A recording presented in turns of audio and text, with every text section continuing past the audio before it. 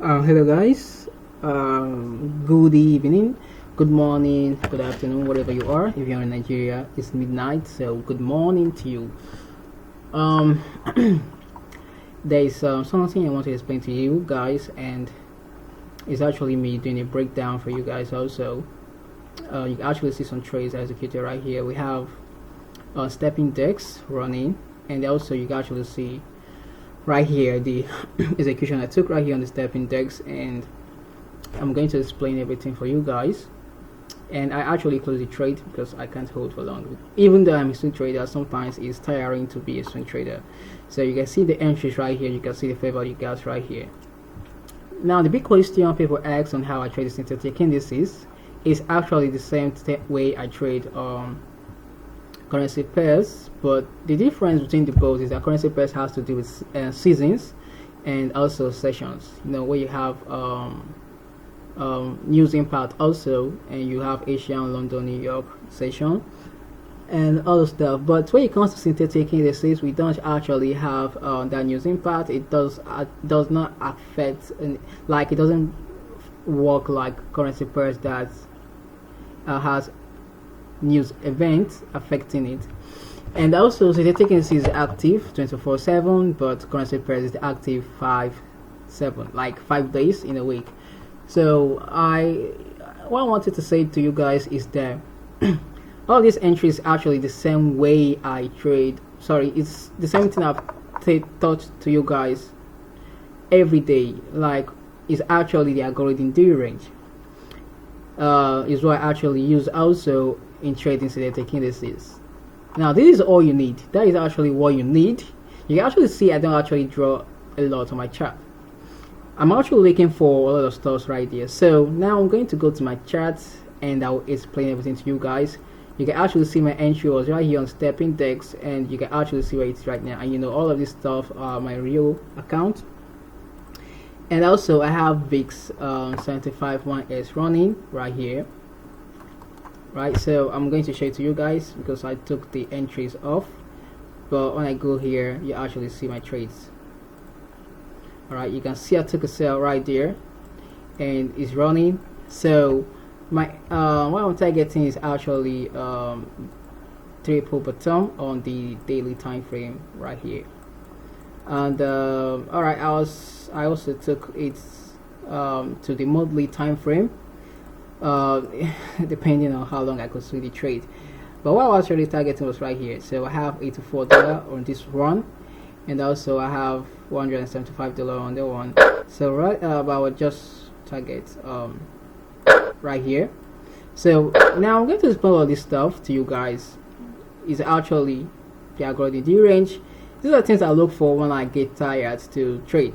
Alright, so I just analyze the markets, very simple, algorithm D range, and then I wait for a high to be taken out, then I look for entries. So now I'm going to explain everything to you guys. So first of all, I'll go to step index and I'll explain all of that to you guys. So over to the step index right here, we have step index. Remember my entry was here. But then people get confused how I got an entry right here. But I'm going to explain everything to you guys, and you actually see what it is drawn to. You can see my markings all over the chart, but you want to understand what's going on right here. What I saw and how I predicted the market. Someone says nobody can predict the market, but you can actually predict when you understand your algorithm. If you're a programmer, you actually know that algorithm, everything is a program, and they are all written the same way you like blockchain and your what's it called, smart contract, all those stuff like that. So back to my chart on the monthly time frame of step index, you can actually see that the market is overall bearish on the step index. Then I know I took some buys right there. I have my reasons. So but then the overall market is bearish, and right here I'm looking at the algorithm D range right here. Now why did I say it's an algorithm D range? You actually see that the market is ranging. Now I've told this previously that when you're looking at algorithm D range, you're focusing on the ranging markets, on the candlesticks, on the monthly time frame. They should be ranging, and you're now focusing on previous month highs and lows, previous 3 months highs and lows, previous 6 month highs and lows. But the daily range is not always on the weekly, on the monthly time frame or the monthly candle. You can also analyze that on previous week highs and lows.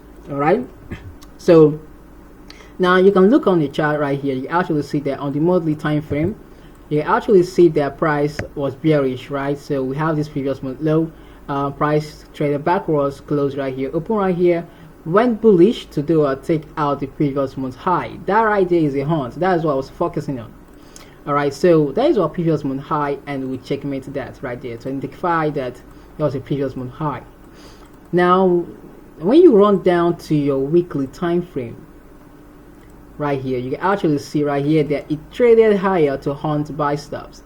It took out liquidity from previous month's high, which are buy stops resting on that high. So it wants to take orders that are resting right here.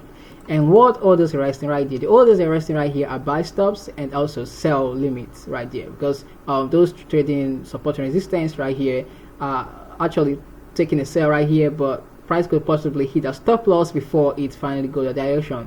Now those people expecting price to continue buying, they might put a buy stop so price will trade higher. So there are stops resting on this high. The algorithm see every high and low has areas of where stops are resting. So because someone put a sell right here, like it sold from here down to this place, and now it reverses backwards to collect the orders. If there are any orders still resting right here, it's seeing that has liquidity resting on that high, seeing that as a stops resting right there. So what it has to do is to go to that high to collect that liquidity. How I wish I was to hold this trade. I'm taking my profit on previous month low. Alright, so now seeing that, you can also go down to your daily time frame, and you can actually see right here that you can't actually see a structure right here. You actually see this is a range market, right? Now what did he do? This is the previous month high. What did he do right here? It did a hunt. It grabbed the liquidity right here, right? So I was just ignoring this order block. I know that you can actually say it traded into an order block also, so that could be an extra confluence to you. But what I'm paying attention is right here, right? Previous month high, grab liquidity from that high, right? And we can see the rejection right there, but then there is no confirmation. If you could actually see right here on the daily time frame, but then the second entry of confirmation is the daily fair value gap. You can actually see the fair value gap. Now this right here is a sell side imbalance. All right, sell side imbalance, buy side inefficiency, known as a CB, but then you can actually say is a fair value gap. And when you use the Fibonacci to mark the highs and the lows of the candlesticks to mark your 50%, you can actually see where the price traded into. It's traded straight to the consequent encouragement, 50% of your imbalance candle. So it balanced 50% of that. So the buy side is balanced, sell side is balanced, so they are equal. So it has to do what we trace backwards to where to be drawn to areas where we're having buy stops. Sorry, where we're having sell stops. We shall liquidity lesson of these lows, and this right here is the previous month low. Where is it going to? Previous month low. Running down to lower time frame. This right here now is our 12-hour time frame, and also if we have to mark fair value gap, also on the 12-hour time frame, you can actually see this right here is my 12-hour fair value gap. Areas where we're having the buy side, sell side inefficiency, buy side imbalance. So what we are going to have to do, we have to mitigate the sells with the buys, right? So we have to buy back up into the fair value gap, balance that area of 50%, and then finally sell off. All right, so it's collecting the orders.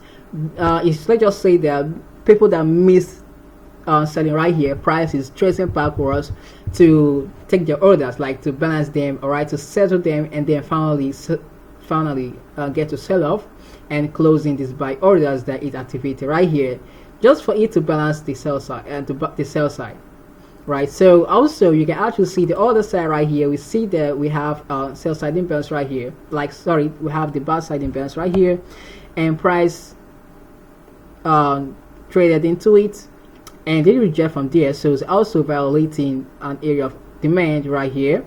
All right, and also you would say that it's the breaker structure right here on the lower time frame. So price should trace backwards to the fair value gap and so that. So let us keep running down to lower time frame. We're trying to look for something. If there was actually say entry right here after it took out the buy stops resting on previous month high. So let's quickly run down to 4 hour. Let's quickly run down to 15 minutes. Let's focus on that high to see there was actually an entry on that high. All right. So right here, this right here is our 15 minutes time frame. and you can actually see what it did right here, right? We have this small, it's a structure. I will not say, when it comes to structure, I don't mind it's a structure, but I'm paying attention to this right here due to the fact of it is taking out previous mode high. So now it traded higher, gave us a high, gave us a low. Now it traced backwards to where it retraced backwards to area where we're having a fair value gap. So it balanced the gap, trade backwards. You can actually see it refused going higher, right? So even if I go over to the 30 minutes, you can actually see right here that it traded into a fair value gap and then reject from there. We trace backwards, trade downwards again, and ever since then, like, you actually see also a trade into a fair value gap. And when you mark that right here with the Fibonacci, you can actually see that it traced back to 50% Fibonacci of the fair value gap, and then it traced backwards, right? Start selling, and you finally reverse backwards to our daily time frame fair value gap, in line with the 12-hour fair value gap. Now this was where I had my entry. Now when price traded into that area, I was focusing on what was happening inside here. So the first thing I noticed was that it traded into this fair value gap. Alright, so if you check my entry on my entry right here, you actually see I marked out this right here as a fair value gap. So if I go back to my chart and I go over to the 5 minutes where I marked it, so let's look at that. You can actually see right here, this is the fair value gap I marked. So it traced backwards to it, so lower, it traced backwards again to another block right here, sold off. Now this right here was where I had my entry. So if you check back my chart right here, I see I had my entry. I had my entry after I noticed that it traced backwards to a fair value gap, because you can actually see that it started trading lower and breaking structures. Alright, now finally you enter the trade and you get to hold the trade, because you already know that the algorithm has to deliver to the previous month low. Look at that wonderful swing trade, wonderful delivery. I am not marking anything else. I'm not marking trend line. I'm not marking, like, trying to find other blocks or stuff like that, like trying to for buy entries, because I know most people I think is going to be buying, or they will mark this other block right here expecting buy. But once the algorithm takes out a previous mode high, it needs to be drawn to the opposite side of the liquidity. That's why I always say my money concept is take liquidity and be drawn to the opposite side of the liquidity. And most of the time the price will just continue running. It has to deliver that quickly, and it won't retrace backwards to maybe somewhere you're waiting for, and you won't retrace backwards to that area and you will miss the trade. So for example, you can actually see after a tap here, it's been running all this while and you can actually find another entry, consolidation, and then it dropped.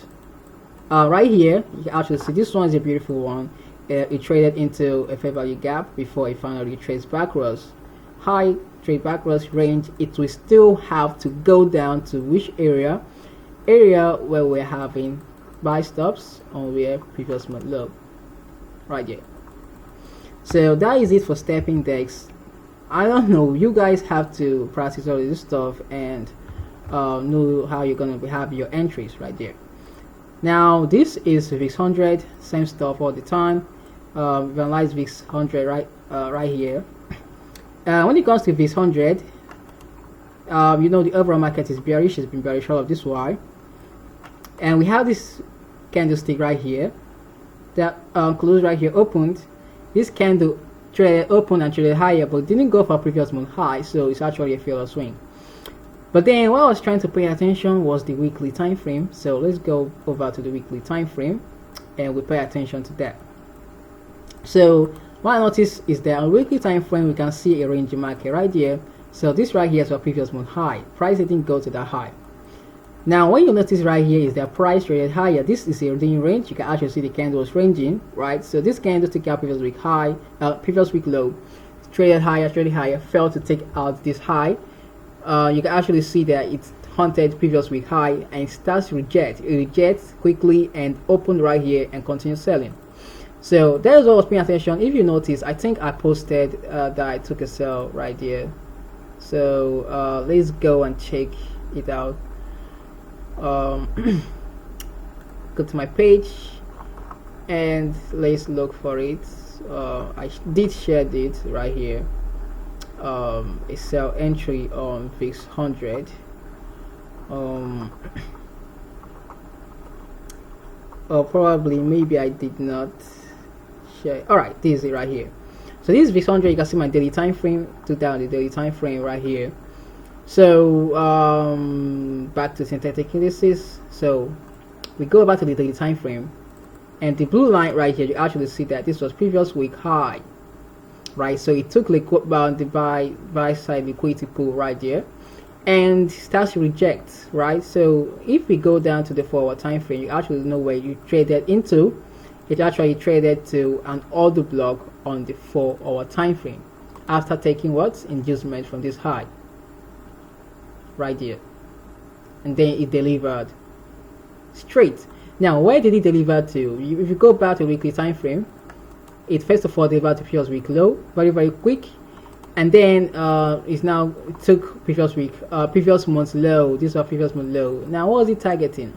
Long-term areas of where we're having stops, which is a sell stops resting on the low. That is it for base 100, base 75, 51s. This one is beautiful right here on base 51s. If you check your monthly time frame right here, you actually see that this candlestick, the price is now turning bearish, and you also see the monthly time frame. There's no D range right here, but a D range occurred right here where a failed high was formed and price starts to trade lower. Weekly time frame. Now I was paying attention to previous week high. You actually see that it took the previous week high, and you can see the rejection right here. So I was expecting it to trade down to previous week low. Daily time frame.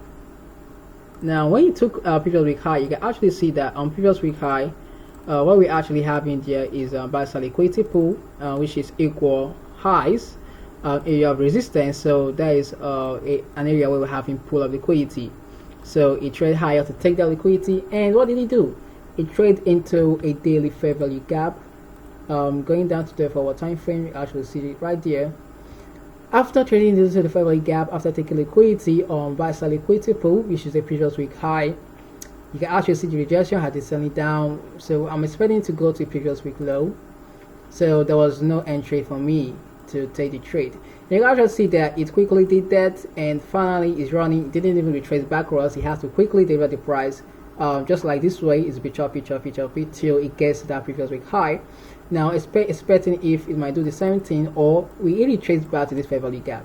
But I was also paying attention to 2 hour fair value gap if it will like to retrace backwards, but it did not retrace backwards. So I'll just do nothing, just leave the market like that, and watch it deliver the price to areas where we're having stops, which is the past sell side of the previous week low.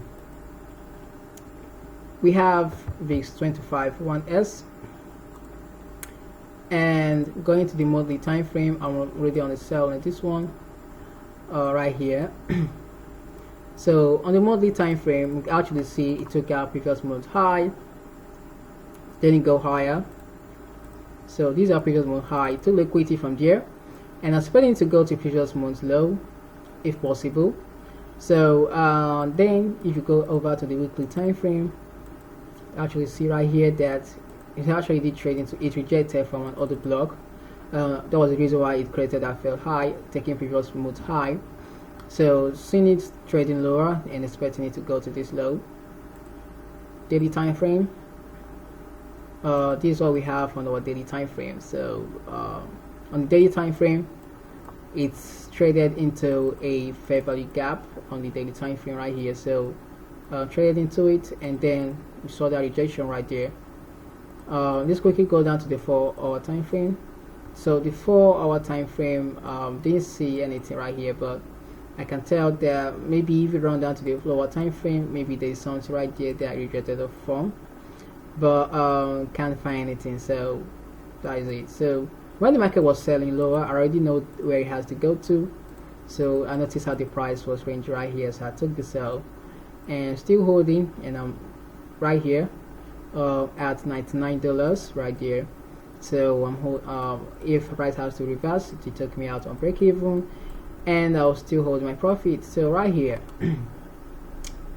I wouldn't say I saw anything, but it's actually delivered the way it has to deliver. has it been an algorithm. So this right here didn't see it, but just now I saw it, so we just say rejected from there. And it does its stuff. Whenever price the algorithm takes our previous most high, previous most low, most times they give opportunity just once and then it just runs away, just like that. But this one, I can see it traded back to the fair value gap, traded backwards, and then to this other block, and finally it delivered quickly lower. And this one, I don't know if it's actually Fibonacci 50%. Nope. So that one, I don't know. So the price just did whatever it has to do, and then quickly deliver the price. I can actually see this right here is the fair value gap you traded into. So you actually see that all of this stuff, the algorithm, they are all the same. All right, they are all the same. So you could go to your chart, you practice them, and you actually see that these are the stuff that you might actually just need, but you have to be patient, waiting for price to take up your month high, previous month low, or previous week high, previous week low. Like, you know, it can help you a lot with consistency and stuff like that, and discipline. Alright, so you can just hold your trade, swing it, and then possibly you can take a break, and you know, as long as you know the price is going your direction and you're holding your price, your money is flowing into your account. So yeah, I think I'm feeling tired. I haven't slept. So see you guys next time, and be safe.